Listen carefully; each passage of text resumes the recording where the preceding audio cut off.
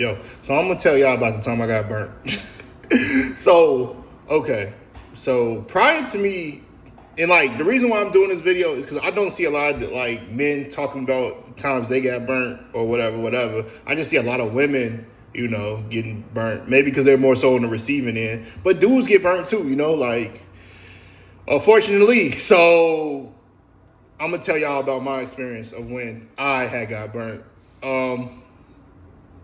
Okay, so basically what had happened was, prior to that, I was kind of going on I don't want to say a spiritual journey, but I was trying to basically, I made a commitment to myself, basically saying like, I wouldn't have intercourse with anybody that I wasn't really wanted to be with, I guess. I don't know, I guess trying to turn over a new leaf, be a better person, or because I didn't want to waste nobody's time, I didn't want my time wasted. So boom. So just to set the background. So before this, I was abstinent for 4 years. Literally 4 years, I promise you. It was 4 years, bro. 4 years, okay. So I was, and this happened a couple years ago, but I was talking to this girl. She was cool.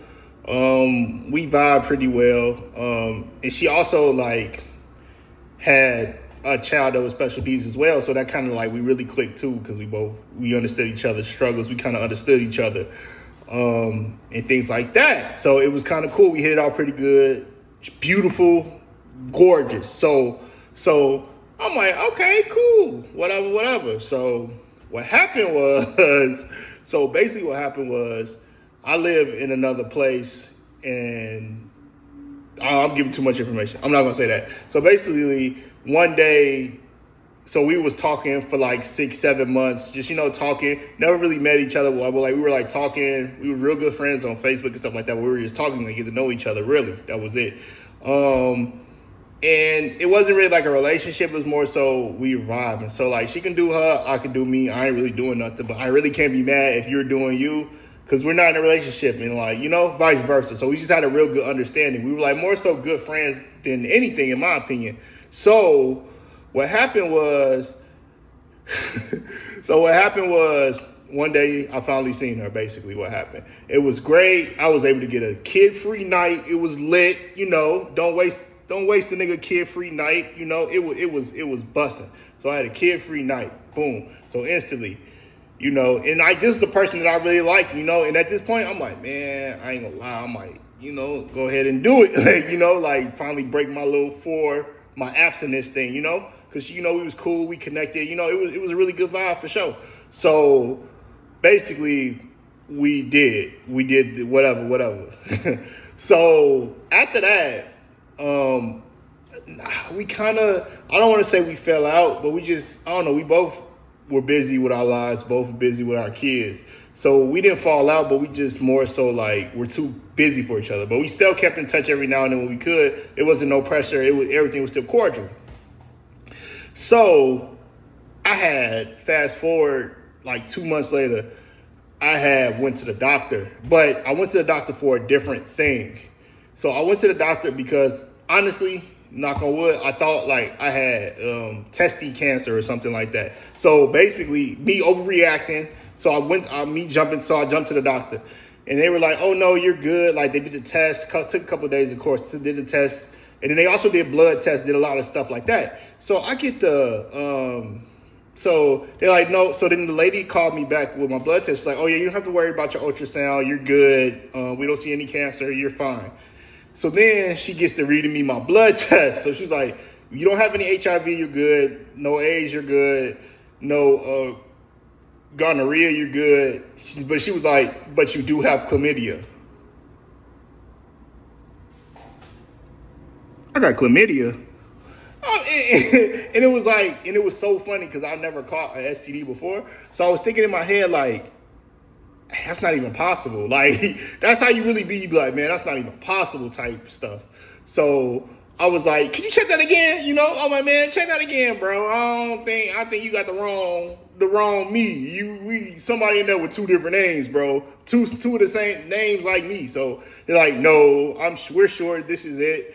We're gonna write a prescription for antibiotics. Take it for 7 days, blah, blah, blah. And then you be cleared up, no intercourse for 7 days after that. So, bro, I was hurt, man, because I felt like, not that I was better than all my homies, because my homies always got stories like, yeah, I got burnt, bro. I just kind of felt like a little superior because I'm like, I ain't never got burnt. I'm lit. Man, y'all need to get like me. Y'all tweaking out here just doing whatever with anybody.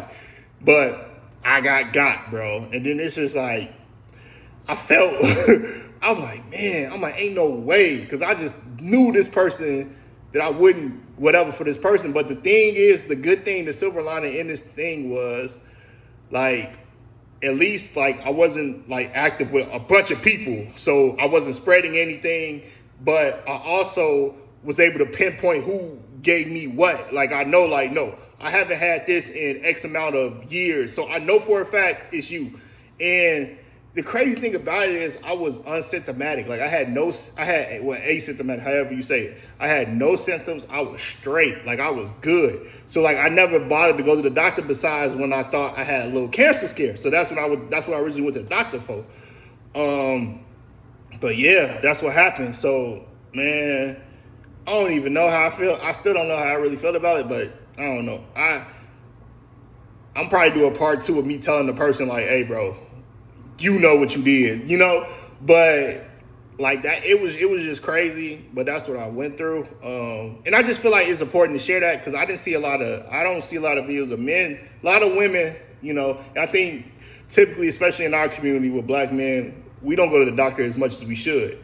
Like, I done heard niggas say like, oh, I don't got nothing, she don't got nothing because we be having sex. And I'm like, bro, that is horrible. That's a horrible method of like figuring out if you got something. That's very, very bad, bro. We should be going to the doctors as much as women are going to the doctors.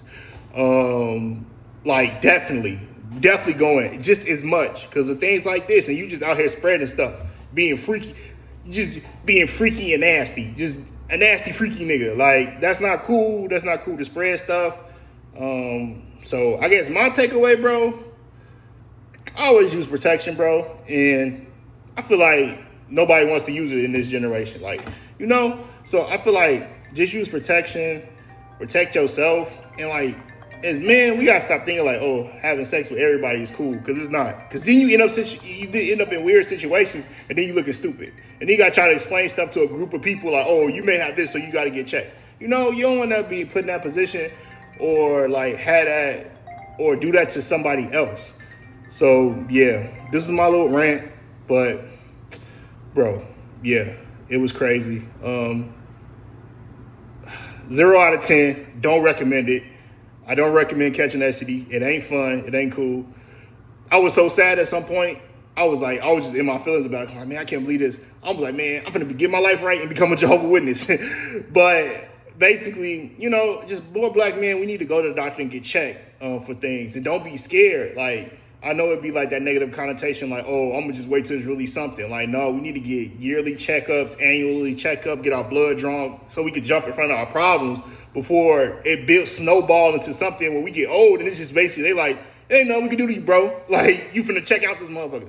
So I think it's best, like, as black men, definitely get checked out, especially if you active, bro.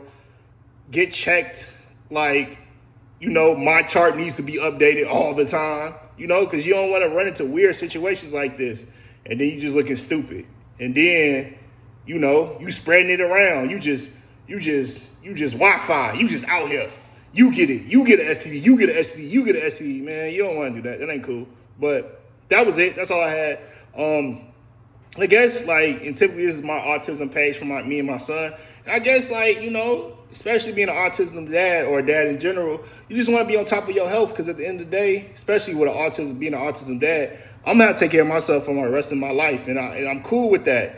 I came to terms with it. It's nothing that I'm grieving over or I'm upset about, but that entails me being in the best possible shape that I can. That's why I'm in the gym a lot more. I'm just trying to cut back on food. I'm trying to do fasting. I'm just trying to get in a better place where I'm here as long as I possibly can because of my health, so I could take care of my son. But yeah, and that includes getting checked, minimizing your partners. Don't be out here raw dogging. Just like learn, like, like hopefully somebody learns something, and I help somebody out. But yeah, I'm out.